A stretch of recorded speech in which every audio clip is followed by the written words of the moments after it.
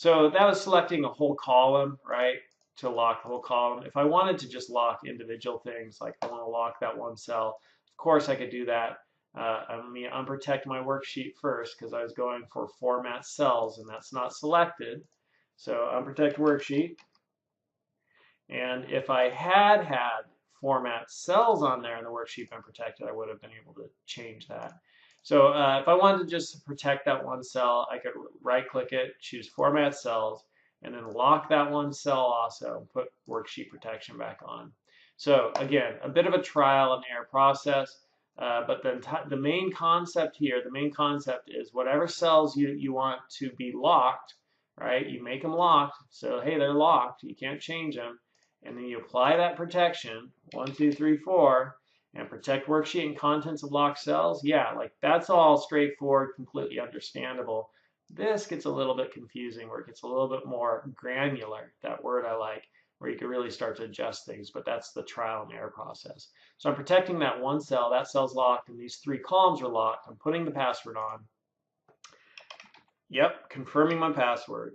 And now, can I come over and change Moose Jaw? I can't even click on it because it's locked. And I said you can't select locked cells. I can't click on any of these because they're locked, and you can't select locked cells. But everything else was unlocked, so I could still select it, and I could even change some stuff here. Todd, right? So I could change that. But I didn't allow formatting. So some of that formatting stuff, right click and choose format cells, that's not available. So again, protecting cells, kind of a trial and error process.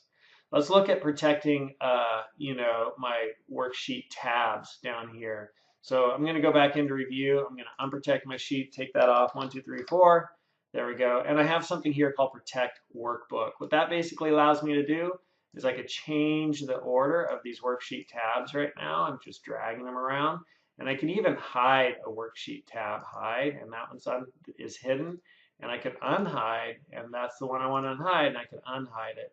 So let's say I want sales data to always be hidden, right?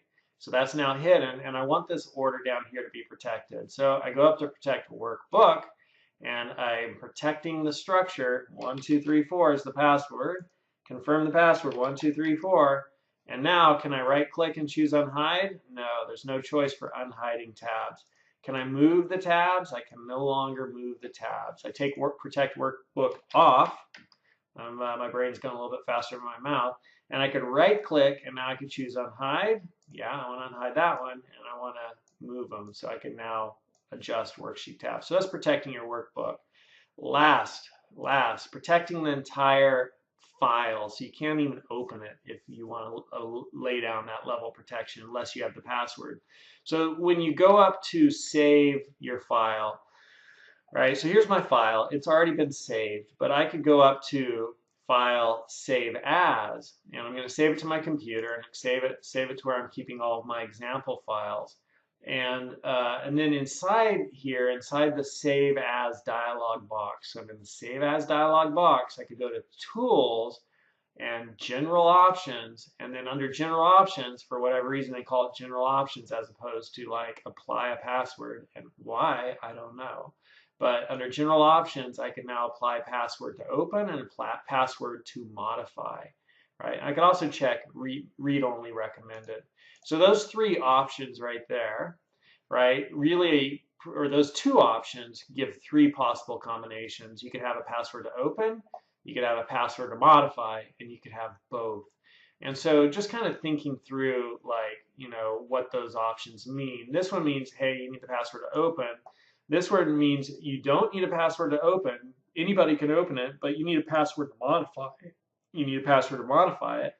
And then this one means, hey, you need the password to open, and someone could open it and then not modify it, right? So you got to have a password to open, and then you would need another password to modify. So maybe that's all pretty much straightforward and intuitive, but I think it's good just to lay it out where you can kind of see the 3 different possible combinations. And once that little read-only recommended check due, you put that on. When people open it, they will get this little dialog box that says the author would like you to open securing your work as read-only unless you need to make changes. Open as read-only. So I think that's kind of a little bit of a weird option, but it's there.